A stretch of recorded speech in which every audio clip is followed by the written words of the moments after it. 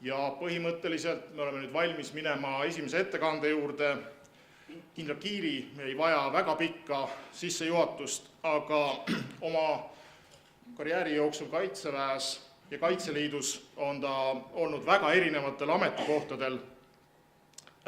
Teenid näiteks rahuoperatsioonide keskuse ülemana ja nagu me teame, rahuoperatsioonid ongi peaaegu sellised kriisi lahendamise või elanikkonnakaitse operatsioonid ja käinud ka ise sellisel operatsioonil.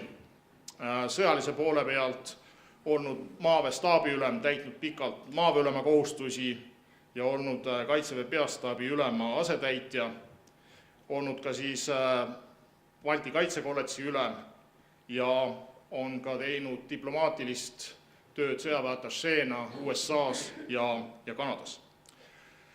Muuhulgas on kindral Kiili läbinud NATO koolis Ober-Ammergaus NATO tsiviilõnnetuste abi planeerimise ja tsiviil-militari koostöökursuse. Ja peale kõige veel kindral Kiili kuulub siis ka elanikkonnakaitse rakkerühma juhtgruppi. Ja sellega ma enda poolt lõpetaks ja annaks teile.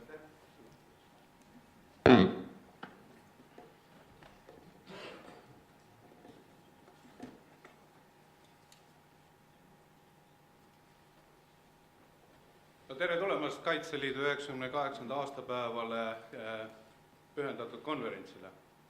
Mis ma oskan öelda? Et valitud aeg on ajalooline, on huvitav. See on peaaegu nagu selline, nagu öeldakse selle kohta, ideaalne Hiina needus, mis ütleb, et te elaksite huvitaval ajal. Ja mis seal salata, me elame huvitaval ajal. Nüüd, kui vaadata päeva kõige olulisemat sündmust, ja ma pean silmas globaalsel areenil Donald Trumpi võitu, siis siin ma võin refereerida võib-olla Mao Zedongi, kelle käest küsiti seda, et mis te arvate Prantsuse revolutsioonist. Tõsi, see ei olnud mitte see 200 aastat tagasi toimunud revolutsioon, vaid et küsiti arvamust üliõpilaste mässu kohta. Siis ta ütles selle kohta, et liiga vara veel järeldusi teha.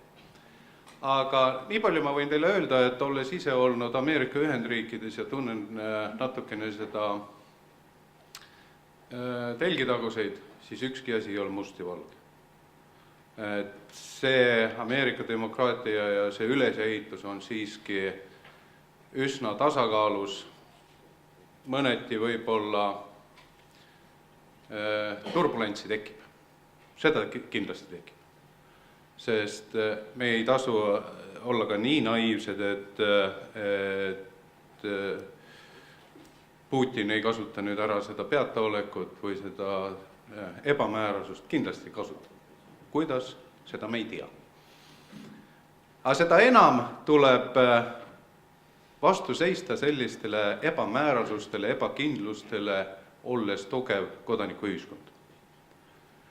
Ja vaatamata sellele, et eestlased on tihti kriitilised oma ülesehituse poolest, oma valitsemise poolest, oleme me üllatavalt hea ja tugev ühiskond. Üllatavalt hea ja tugev ühiskond just selle tõttu, et kodanikuks olemine ja isiklik kogemus, ka see eelmine okupatsiooniaegne kogemus on andnud meile teatud ajaloolised õppetunnid. Ja täna ma tahangi natukene peatuda nendel teemadel, ma tahan rääkida sellest ja meelde tuletada, mis asi on Kaitseliit. Miks on Kaitseliitu vaja? Sest tunnistan teile ausalt, kui alustasin ise kaitseliitlasena, olen olnud vabatahtlik kaitseliitlane läbi oma kaitseväe karjääri ja kaitseväelasena on mul pikem karjäär kui Kaitseliidus olles. Ehk et tagasi tulles Kaitseliitu minu jaoks oli Kaitseliit midagi täiesti loogilist ja iseenesest mõistetavat. Aga teatavasti kõik asjad, mis on loogilised, ei ole enesest mõistetavad. Nii et see, mis minule oli enesemõistetav ja loogiline, ei ole mitte kõigile siin ka Eestis üheselt aru saada. Nii et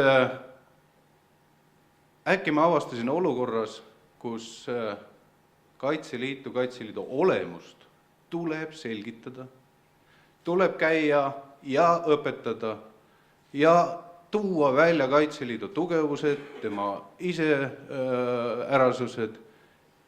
ja kuidas neid tugevusi siis kodanike kaitseks rakendada.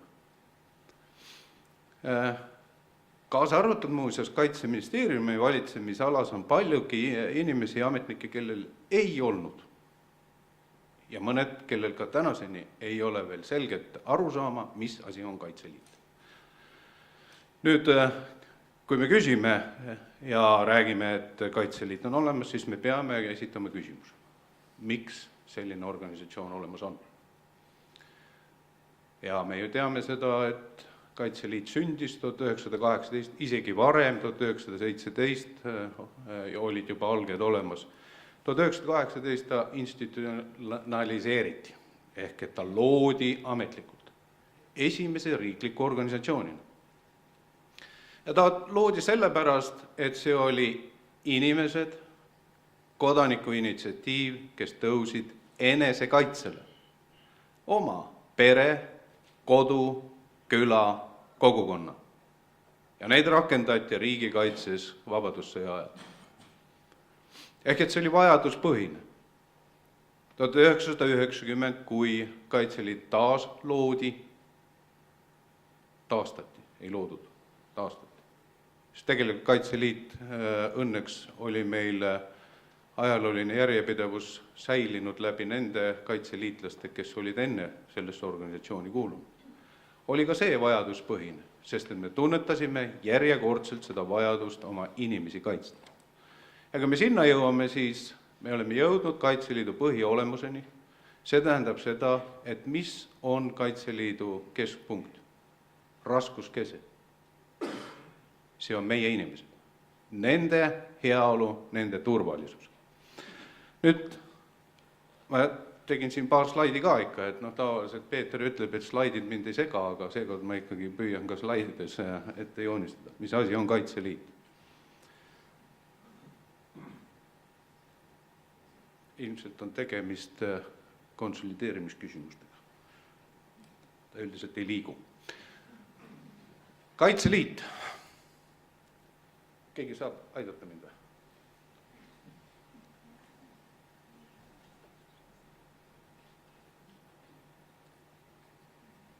Nägid?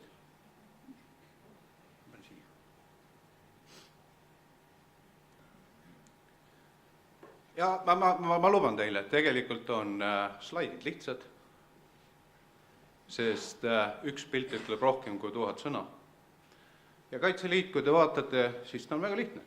Ta on kodaniku initsiatiivil sündinud, talle on pandud Kaitseliidu seadusega ülesanded ja me jõuamegi nende ülesanneteni ja ta seisab 3 sambal. Kodaniku initsiatiiv on vundament. Ja see on iseenesest väga tugev argument ja aspekt. Ja see on ka Kaitseliidu põhitugevus. Sest kodaniku initsiatiiv ütleb, et selle jaoks on vajadus. Me räägime sõjalistest võimetest Kaitseväele. Tõsi, see on üks viimasel ajal ja võib-olla ka see tuleneb sellest julgeolekusituatsiooni muutustest, ebakindluse kasvust maailmas. Loomulikult oleme me pannud väga palju tähelepanu ja suunanud sõjaliste võimete loomisele. Isegi aeg-ajalt liiga palju. Ja võib-olla ma olen ka nüüd natukene kriitiline öeldes selle koha pealt, et kui me vaatame neid kõiki riigikaitse arengukavasid, siis nad on väga sõjaliste võimete kesksed, unustades ära kodanikuühiskonna ja tegelikult enne seda toimivaid protsesse. Unustades ära selle, et tegelikult me ei taha jõuda sellesse situatsiooni, mis nõuaks artikkel 5. Tegelikult see, et meie kodanikena peame tegema kõik selleks, olema väga veenvad, et hoida meie ühiskond tasakaalus ja andma vastasele väga vähe võimalusi. Ja ma jõuan pärast selle halli sõjani ja selleni, millest ma ka kirjutasin viimases Postimehes ja me saame seda rääkida, kuidas siis seda teostada. Nagu te näete, üks sammas on isikkoosseis tsiviiltoetuseks. Loogiline. Me oleme olemas, me oskame, me oleme väga head planeerijad ja jälle see on vaba tahte alusel. Ja kõige olulisem minu jaoks selles sammastest on kaitsetahe. See rahvas, kes tahab ennast kaitsta, see on murdumatu. Ma tõin eile ka ühe näite, et kui tahe on murtud, siis ta on murtud. Aga kui tahe on tugev, siis seda annab väga raskesti murda. Nii et tegelikult selle tahte kasvatamine peab olema läbi kõigi ühiskonna tegevuste. See peab olema koolis, see peab olema kodus. Kaitseliit kui perekond, milleni me ka jõuame, on üks väga oluline alusplokk sellele, et meie kodanikuühiskond oleks terve, tugev ja isamaaline. Ja nüüd me räägime ka sellest, et kui me need 3 sammast kokku paneme, sellele rajanebki riigikaitse. Riigikaitse ei ole ainult sõjaline kaitse. Riigikaitse on see, kui me oleme tugev kodanikuühiskond. Kui me saame sellest aru, et väike ühiskond peab konsolideerima oma võimed. Loomulikult me räägime ja igalt poolt te näete, et Eesti riigikaitse aluseks on riigikaitse lai käsitlus. Ehk kõikehõlmav lähenemine. Kõikehõlmav lähenemine ei ole lihtne aritmeetika. Kõikehõlmav lähenemine tähendab seda, et me peame inimfaktorist aru saama. Kõikehõlmav lähenemine peab tähendama seda, et me tunneme üksteist, teame üksteise võimeid, nõrkuseid, tugevusi. Me oleks võinud olla märgatavalt kaugemal, aga me oleme tegelikult väga olulise sammu edasi teinud. Me räägime üksteisega, meil on need rakkerühmad kokku kutsutud. Küll aga meie kohustus on nende rakkerühmade poolt välja, muuseas see konverents on ka üks selle osa, kus me peame endale ausalt tunnistama, kuhu oleme jõudnud, kas me peame tegema otsustavamaid tegevusi või rahuldume sellega, mis meil on. Sest kombineerides üksteise võimeid, oleme me märgatavalt tugevamad, kui neid lihtsalt aritmeetikas üksteise otsa panna.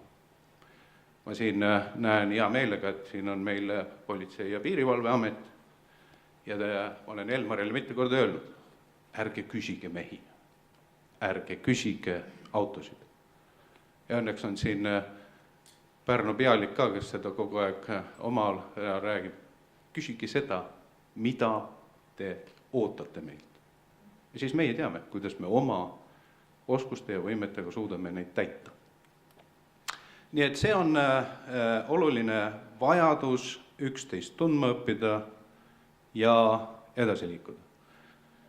Nii et räägitakse ka hübriidohust ja hübriidoht, sellele on kõige parem vastus on riigikaitse lai käsitlus. Ja kui me nüüd jõuame riigikaitse laia käsitluseni, siis tegelikult ma lähen edasi üks slaid. Ma rääkisin sellest, et Kaitseliit on kogu perele. Nii et Kaitseliidus on, vaadake kui palju erinevaid, ehk et kogu ühiskond on seal esindatud. Seal on kaitseliitlased, seal on meie pojad, meie tütred, seal on naiskodukaitse. Muuseas, naiste osas ongi huvitav, et kui me nüüd vaatame seda, siis naistel on võimalus. Valikuvõimalus, tulles Kaitseliitu, kus naised tulevad Kaitseliidu lahinguüksustesse või lähevad naiskodukaitsesse. Lõppkokkuvõttes pole sellel üldse mitte mingit tähtsust, kuhu nad ennast positsioneerivad. Ainuke vahe on see, et mehed ei saa seda lubada, et me ei saa naiskodukaitsesse tulla. Toetaja liikmena saame tulla, jah. Aga see selleks. Ehk Kaitseliit on läinud selles mõttes seda teed, et kõik, kes tahavad saada sõjaaja paigutust, peavad selle saama. Nüüd jõudes sõjaaja ametikoha juurde, mis on minu jaoks olnud ka kõigi nende uute arengute osas Kaitseliidule püütakse panna peale sellist raamistikku. Me ei saa seda rahastada, sest et see ei ole sõjaaja amet. Retooriline küsimus. Kui on sõda, siis näidake mulle üks amet, mis ei ole sõjaaja amet. Üks, mitte ühtegi. Sest mida ütleb Eesti põhiseadus? Eesti põhiseadus ütleb seda, et iga riigi kodaniku kohus on riiki kaitsta. On ju? Järelikult, kui iga riigi kodanik kaitseb oma riiki kas või oma kodus, siis on ka see sõjaaja amet. Ehk et me peame märgatavalt laiemalt vaatama, me peame oma horisonti laiendama ja aru saama, mis asi on sõda, mis on kriis ja kuidas meie kui kodanikud sinna saame panustada. Väga oluline täiendus Kaitseliidus muuseas sellele kohustusele on see, et meie vaatame seda kohustust pigem kui õigust. See on meie õigus oma riiki kaitsta. Miks? Õigus on muuseas märgatavalt tugevam emotsioon kui kohustus.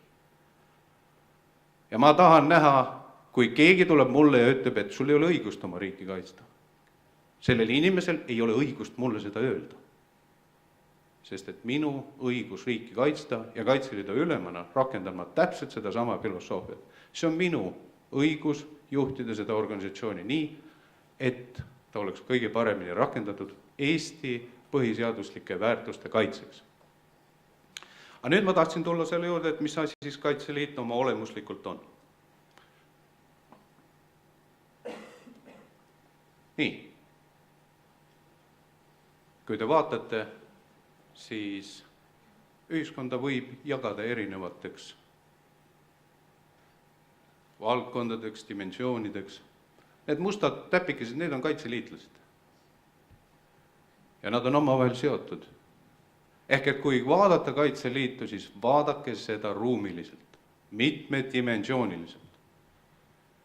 Esiteks, oleme me territoriaalsed. Meie partneritele selgituseks, me oleme kõikides omavalitsustes olemas. Kõikides. Üle Eesti. Nüüd teine dimensioon on, meil on enamik elukutseid Eestis on esindatud Kaitseliidus. Ehk et see on lisaväärtus, kui seda õigesti rakendada, mis tõstab efektiivsust. Ma julgen väita, et me oleme oluliselt efektiivsemad kui James Watti aurumasin. Me oleme oluliselt efektiivsemad. Aga see efektiivsus saame me tagada ainult läbi selle, kui me seda teadlikult arendame.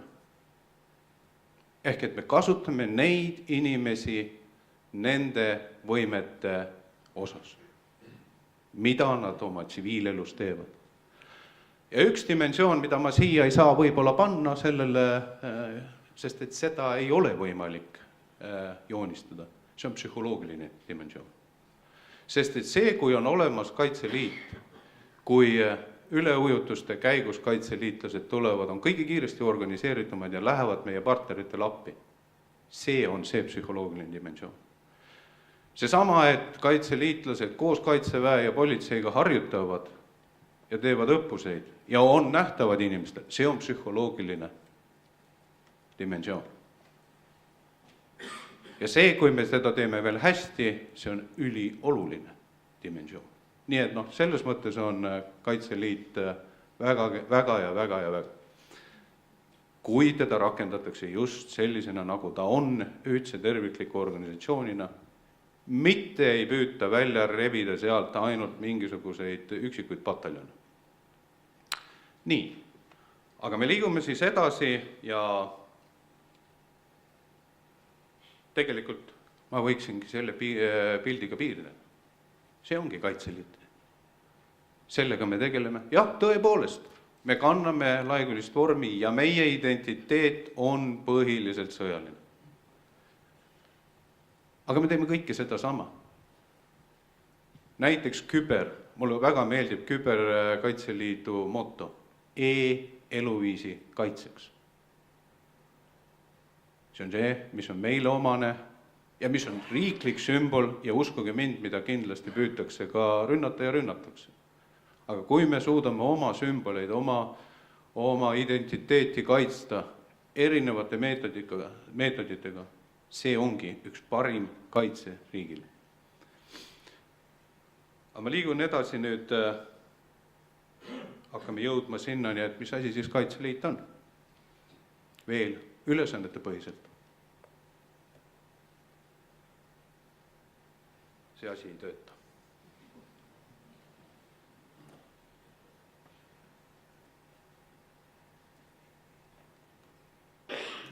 Hakkas tulema. Alati me peame ennast võrdlema kellegiga ja millegiga. Selge on see, Kaitseliit, seda tihti vaadatakse Kaitseväe. Aga kui te võtate välja Kaitseväeteenistuse seaduse või Kaitseväe korraldusseaduse ja Kaitseliidu seaduse, siis te näete, et tegelikult Kaitseliidu ülesannete spekter on oluliselt lai. Oluliselt lai.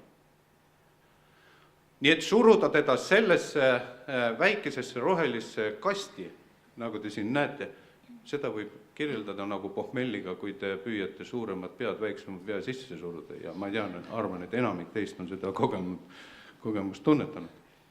Siis see on see, mida me tegelikult ei tohi teha.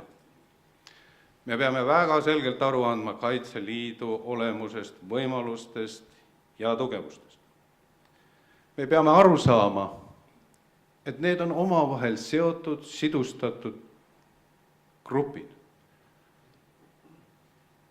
Ja Kaitseliit ja Kaitsevägi peavad omavahel olema suutelised koos operatsioone tegema.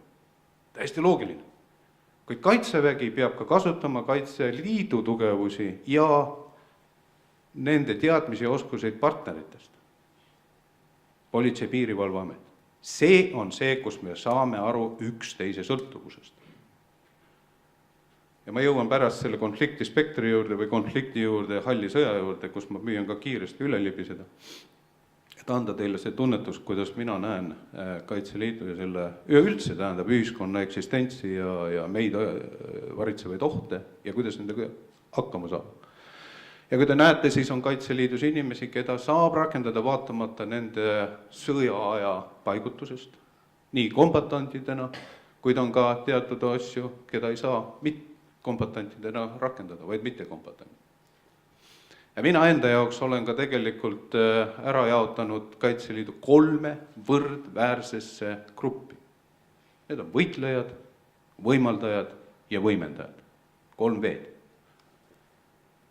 Võimaldajad võimaldavad võitlejatel võidelda. Loogiline, kas pole. Ja võimendajad võimendavad võimaldajaid ja võitlejaid. See on seesama ruumiline mõtlemine Kaitseliidus. Me oleme territoriaalsed, ehk me oleme igal pool olemas. Me oleme funktsionaalsed, ehk et meile organisatsiooni on toodud hästi palju isiklikku kogemust. Me suudame võimendada läbi selle, et me aktiveerime oma professionaalseid võrgustikke ja sotsiaalseid võrgustikke. Nii et, ja kui sellisest konstruktsioonist aru ei saada ja räägitakse ainult sellest sõjaajast, on Kaitseliidu võimalused minimaalselt rakendatud.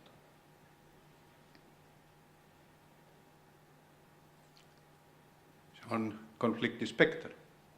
Vaatame siis, kuidas Kaitseliitu oleks seal kõige paremini rakendatav. See on, muuseas, see on mõneti võib-olla peegeldus sellest, kus me täna oleme. Ja kui te vaatate, siis me tahame jääda ju normaalseks ühiskonnaks, me oleme normaalne ühiskond oma eriarvamustega. See, et meil on täna koalitsiooni lagunemine, see on täiesti normaalne.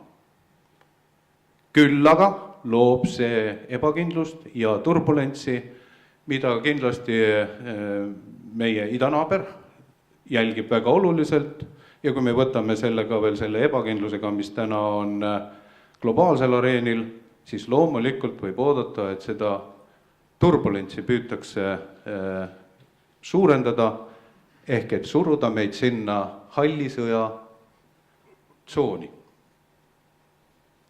hall sõda on põhimõtteliselt, Vene doktriin näeb ette seda kui kontrollitav ebastabiilsus oma naaberriikides.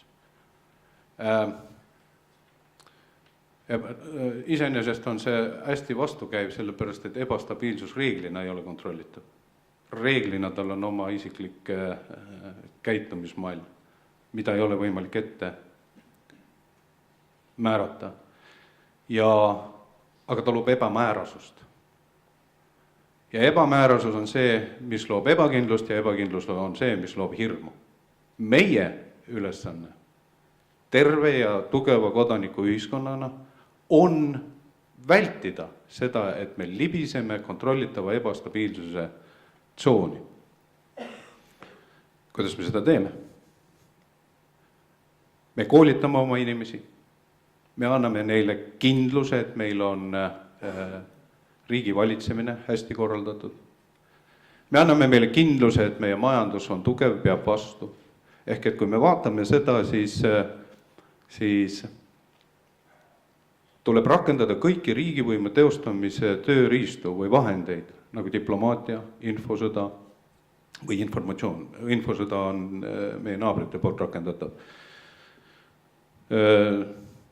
Sõjaline võimekus või võimsus, võitlusvõimsus, see, mida me peame. Ja kui te näete seal üleval väike roosa kastike, see on kuum sõda. See on see, kus tegelikult mina väidan, ei Putin ega meie taha jõuda. Aga see on see, milleks me peame ka olema valmis. Need jooned on omavahel nihutatavad. Tegelikult nad on nihutatavad ja hästi palju jõupingutusi peab minema sinna, et meie sõjaline iseseisev kaitsevõime oleks relevantne. Kuid iseseisev kaitsevõime on relevantne vaid siis, kui kogu ühiskond on võimeline hästi toimima. Kus on meie võimalused? Me räägime sellest, et siis, kui ei ole invasiooni, siis oleme meie võimelised oma initsiatiivi peale suruma vastasele. See on see, kus Kaitseliidu rakendamine õigel ajal, õiges kohas, õiges rollis mängib otsutavat rolli. See on tegelikult see, kus me tuleme ja toetame näiteks politsei piirivalve operatsiooni. See, kus meie võimaldame teie tööd teha, vabastades teid administratiivsetest ülesannetest. See, kus meie võtame välisperimeetri enda alla, see, kus meie teeme patrulle, võib-olla toidame teid. See on see, kus meie kogume informatsiooni ja laseme teil pahadega tegeleda. See on see. Aga see ongi see üksteisest sõltuvus. Ja sinna on meil tegelikult päris pikk maa, et me hakkaksime seda ka oma strateegiates, strateegiat meil muidugi ei ole, oma doktriinides ja oma lepetes sisse viima. See on see, mis nõuab ja sunnib meid mõtlema. Aga see ei ole mitte see, et me võime endale lubada mõeldud formaati. Me peame kasutama mõeldud-tehtud formaati. Mõeldud formaadist on üks ainuke asi veel hullem, see on tehtud formaat. Nii et selles mõttes, et teeme enne ära ja siis vaatame, mis siis tegime ja mis siis sai. Seda me ka ei tohi omal lubada. Ehk me peame olema päris metoodilised, päris ratsionaalsed ja akadeemilised. Aga me saame pärast selle skeemiga muidugi rääkida, sest et põhimõtteliselt meie eesmärk on ju see, kus me räägime jõudude tasakaalude ja jõudude ülekaalu saavutamise juba enne kuuma faasi algust. Ehk et see on see, mis ütleb, et kuuma faasi ei tule. Tegelikult on meie eesmärk see, et me jääme normaalsuse künnise alla. Et need turbulentsid, mis on ühiskonnas majanduslikud, osad turbulentsid on edasi viivad. Ja et neid meie rakendame niimoodi, et ühiskond tunneb ennast turvaliselt. ja Kaitseliidu rakendamine ühiskonna turvalisuse tõstmiseks on nii Kaitseliidu, Kaitseväe, kõikide valitsemisalade, kõikide ministrite kohustus. Kasutame ära need organisatsioonid ja organisatsiooni tugevused, mis on juba olemas, rakendades neid üksteise sõltuvuse printsiibiga.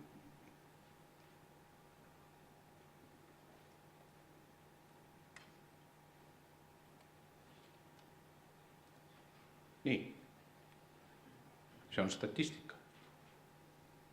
See on Kaitseliidu seadusest ja meie igapäevategevustest, meie õppustest, meie ametiabi palvest kokku pandud statistika, millega Kaitseliit tegeleb. Milleks on ta ellu kutsutud? Vaadake seda graafikut võitlejate, võimaldajate ja võimendajate kontekstis.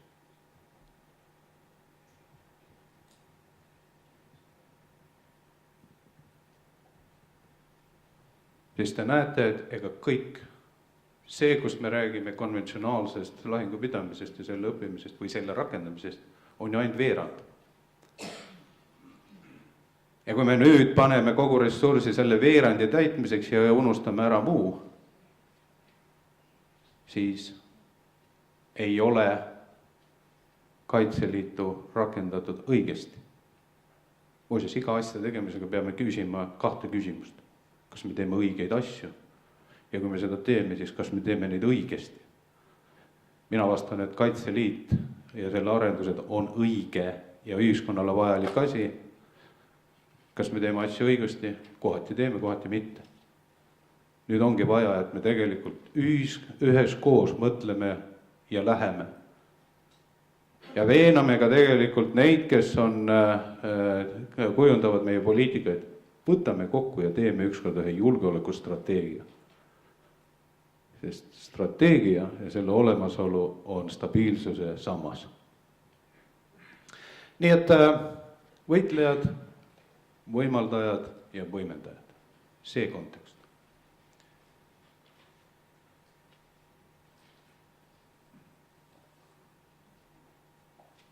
Ja ma tulen tagasi või lõpetan oma esinemise. Kõiki neid saab teha nende väärtustega, millest kõik algab tegelikult. Kui me räägime strateegiate koostamisest, põhiseadusest, siis see algab rahvuslikest väärtustest.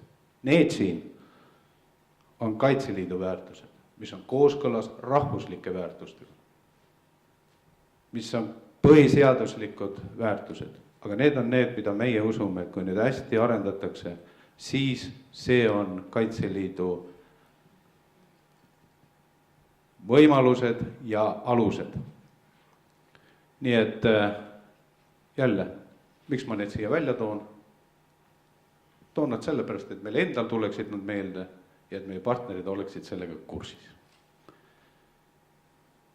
Ja ma lõpetan oma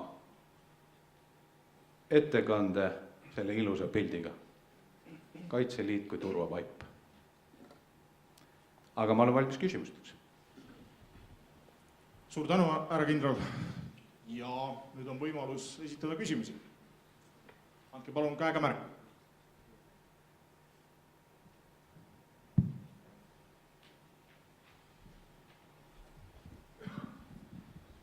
Härra kindral, lugupeetud siinviibijad, et esituse alguses ütlesite, et Kaitseliit on pidanud liiga palju panustama sõjaliste võimete loomisele. Ja teades meie kui väikse riigi ressursside üldist piiratust sõjaliseks riigikaitseks, siis minu küsimus on, et missugune teie hinnangul oleks siis Kaitseliidu selline mõistlik panus sõjaliste võimete loomisele ja võib-olla siis milliste funktsioonide või ülesannete osas peaks meie roll vähenema Kaitseliiduna? Kui ma ütlesin, et Kaitseliit on liiga palju sõjalise võimet, siis ma ilmselt keelevääratus. Sõjalise võimed ei ole kunagi liiga palju.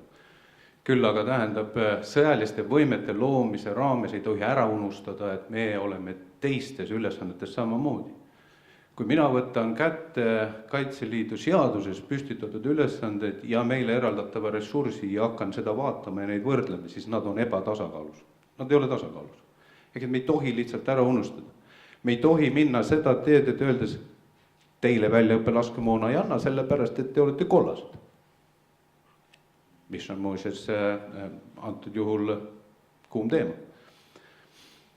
Või kuna te ei ole sõjaaja ametile määratud, siis teile vormi pole ette nähtud. Kaitseliidu seadus ütleb teistmoodi. Ma pigem räägin seda, et lihtsalt fokusseerides ühele ülesandele me hägustame tegelikult Kaitseliidu või me vähendame Kaitseliidu tugevusi. Kui me õiges proportsioonis anname ka võimaldajatele ja võimendajatele ja väärtustame neid, siis see sama võitlejate osakaal, mis on täna täiesti meile jõukohane. Ma väidan, et kõik, kes on kombatandi rolli saavad minna, peavad saama baas, oskused ja baasvarustuse. Ja nii lihtne see ongi. Ja see ei ole suur raha.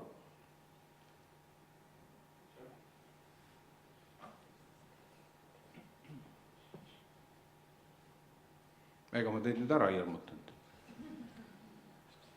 Kui ma siin Tartus olin, ma olin Balti Kaitsekolledži ülem, siis alati oli selle küsimuste esimestamisega oli raskusi. Aga siis ma määrasin küsija. Jah.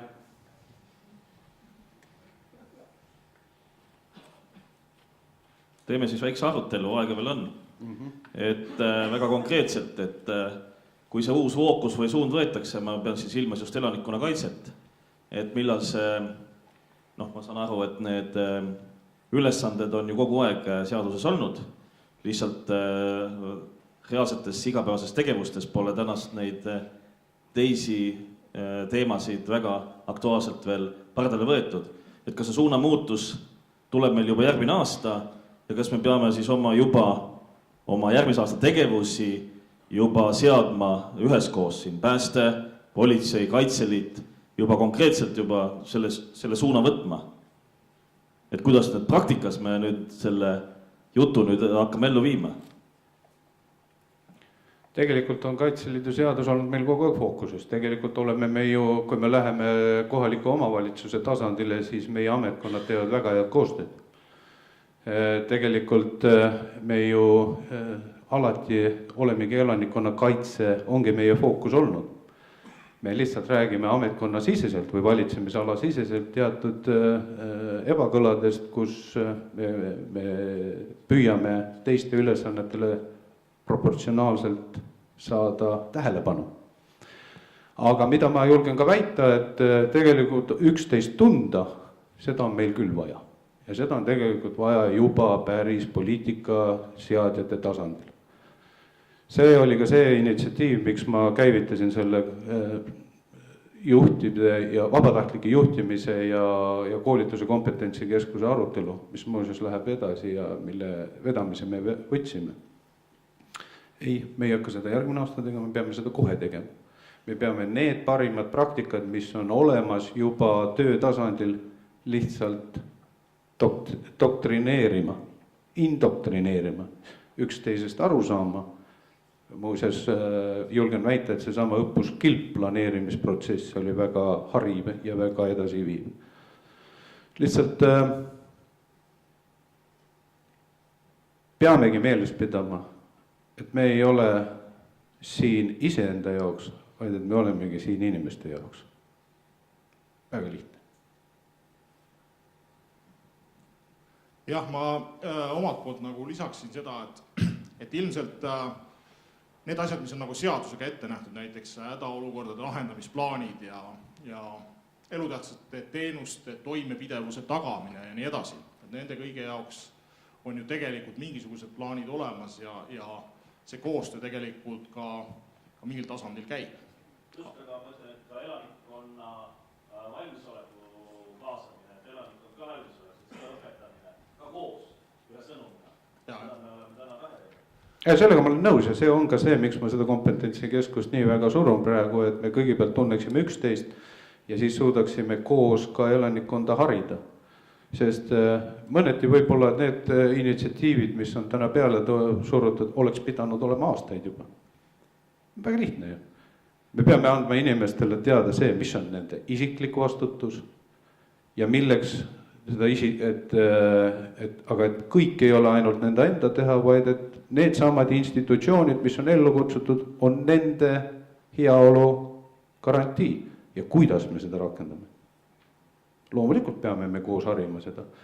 Ja üks võimalus, kuidas me seda ka koos harime, on ühistegevused, ühisõppused ja ühine käesirutus sellele kohalikule elanikkonnale. Ja nii nagu ma ka enne mainisin, et kui me räägime väga konkreetselt elanikkonna kaitsest, siis ametlikult praegu siis on nagu see faas, kus töötatakse välja seda elanikkonnakaitse kontseptsiooni. Ja see elanikkonnakaitse kontseptsioon puudutabki siis tegelikult seda, et inimeste teadmiste tõstmist, inimeste oskuste tõstmist kriisisituatsioonides, olukordades tegutsemiseks ja samuti see kontseptsioon siis puudutab nagu erinevate asutuste koostööd.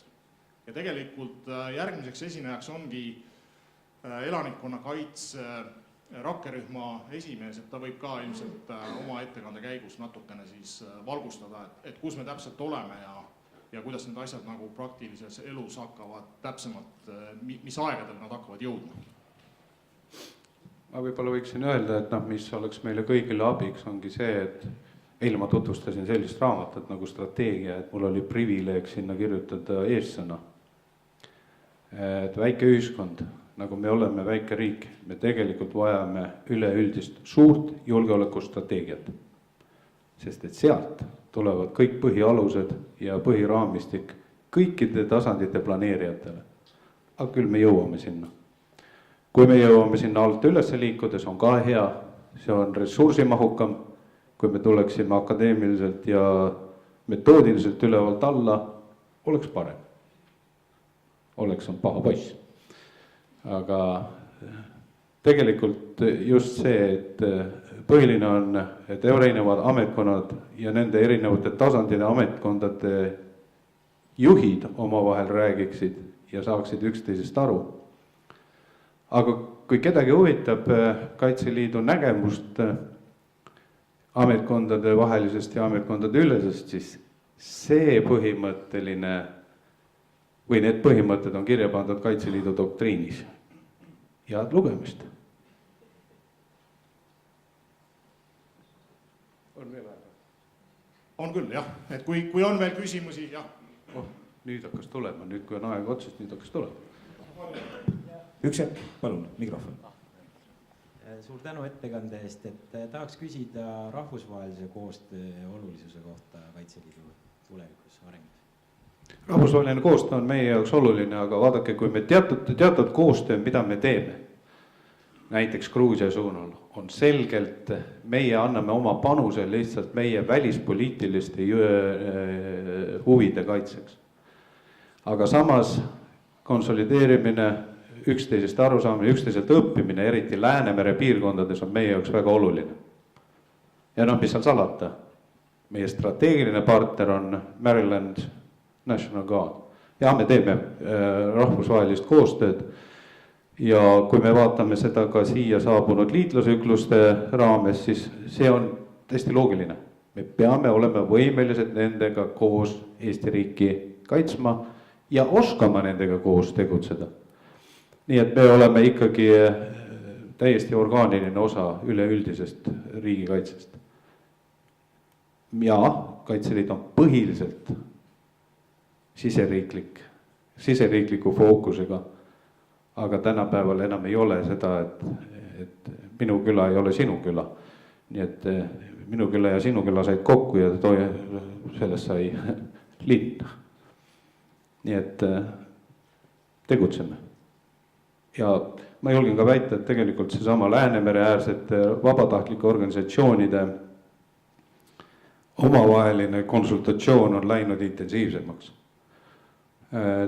Ma isiklikult näiteks saan nii Taani kui Rootsi kodukaitse ülemaga 3-4 korda aastas kokku erinevates foorumites, erinevates kohtades. Nii et me oleme suure maailma väike osa. Härra kindral, Minu küsimus on seotud selle toreda kaardiga, mida ma tükk aega vaatan, või turvavaibaga siin ees. Pean ütlema, et mulle kui maavanemale on selline lähenemine päris omaseks saanud viimaste aastate puhul. Samas teame, et päris mitmed ametkonnad värvivad seda vaipa väga erinevate piiride ja erinevate värvidega. Viimane oli meie tubli partner Politsei- ja Piirivalveamet, kes Kagu-Eesti värvis ühte värvi. Ma küsin, kuidas Kaitseliidul on plaan see kaart mõne aasta pärast värvida, või milline see turvavaip peaks välja nägema?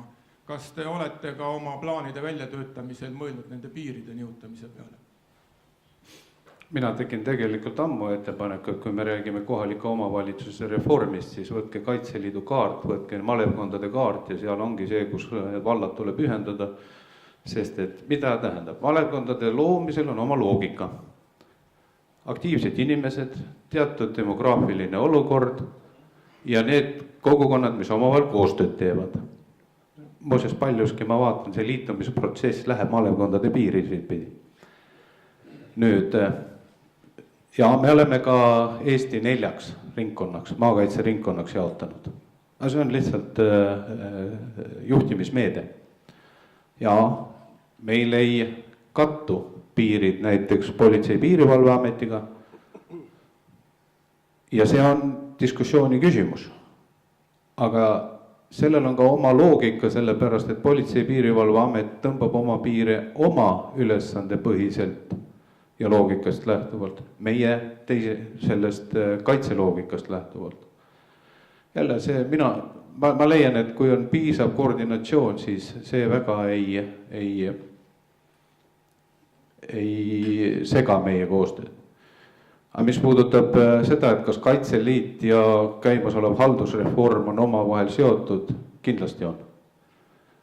Samas Kaitseliidu malevaid määrab ära Kaitseliidu seadus, nii et kui me järgime ikkagi seda halduspiire, siis see peaks minema ka seadusega kooskõlla pärast. Aga äkki täpsustada oma küsimust? Miks sa küsisid? Ei, aitäh, mis ma siin täpsustan. Küsimus, kas see sisu oligi see, et kas Kaitseliitul on plaanis malevkondade arvu vähendada ehk siis piire suurendada? Aga vastuse sain ma põhimõtteliselt sinu sõnadest aru, aitäh. Et ma ei saa väita seda, kui maailm muutub, kui demograafia muutub, et Kaitseliit selle osas immuunne oleks. Et me siiski jälgime ühiskonnas toimuvat protsesse, me peame nendega kaasa minema ja elu ise nõuab, et me läheme nendega kaasa. Nii kaua, kui Kaitseliidu seaduses on 15 malevat, on seal 15 malevat.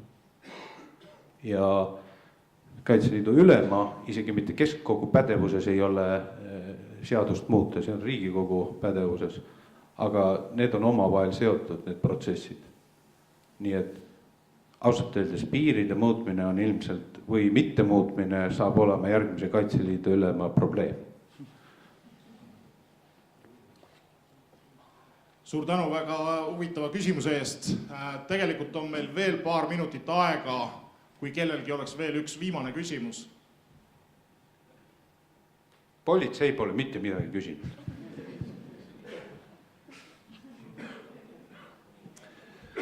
Ma teadsin, et sa võtad initsiatiivi. Aga ma ilmselt ei küsi, ma lihtsalt kommenteerin seda, mida kindral siin juba väga selgelt välja ütles, et ega siis Politsei- ja Piirivalveamet ei muuda ka oma piire sellepärast, et lihtsalt vahva on, et ühel hetkel ärkasin ja vaatasin lakke, mõtlesin, et teeks Kagu jaoskonna.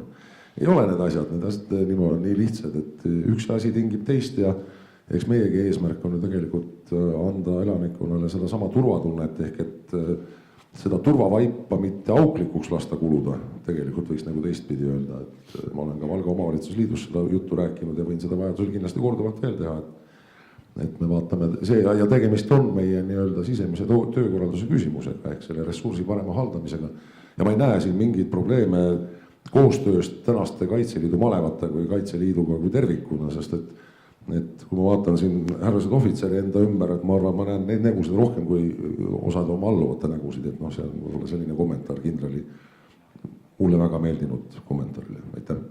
Peaasi, et sa ei näe neid aresti kambris liiga lihti.